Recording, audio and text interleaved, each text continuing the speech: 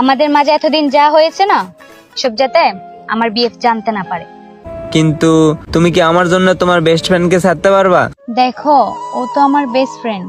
তোমার জন্য না হয় আমি আমার বেস্ট ফ্রেন্ডকে ছেড়ে দিলাম। রাখ তোর বন্ধুত্ব, তোর জন্যই এত সব ঝামেলা।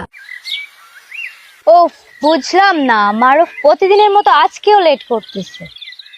আজকে আসুক, এর একটা উচিত শিক্ষা দিতেই হবে।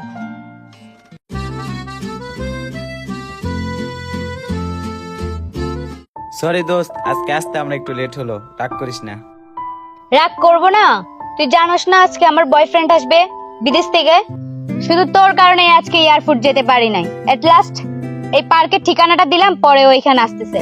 সরি দোস্ত, আসলে আমি বুঝতে পারিনি তোর বয়ফ্রেন্ড যে আজকে বিদেশ থেকে আসতেছে, এটা আমার একদমই মনে ছিল না। মনে থাকবে কেন? এখন তো কিছু মনে থাকবে না। যখন মেয়ে নিয়ে ডিং ডিং করে ঘুরতে যাও তখন তো ঠিকই মনে থাকে সবকিছু।